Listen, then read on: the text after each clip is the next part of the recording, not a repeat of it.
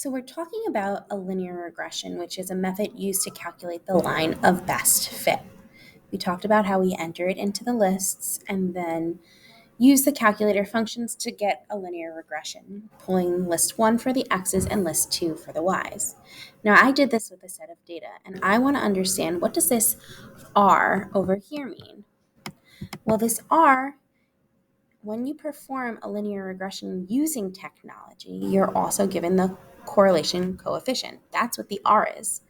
The correlation coefficient represented by R is a number between -1 and 1 that indicates the direction and the strength of a linear relationship between two quantitative variables in a Bayesian dataset, or a set of data that uses two variables. When the correlation coefficient is close to 1, there's a strong positive correlation between the two variables. That is, as the x values increase, so do the y's. When the correlation coefficient is close to 0, there's a weak correlation between the two variables. So maybe you saw an R that said R equals negative 0.284.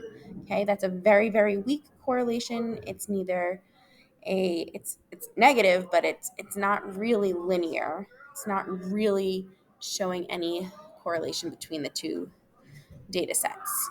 But when the correlation coefficient is close to -1, in this instance, it is close to -1. It's negative 0.92955, and so on and so forth. That's very close to -1.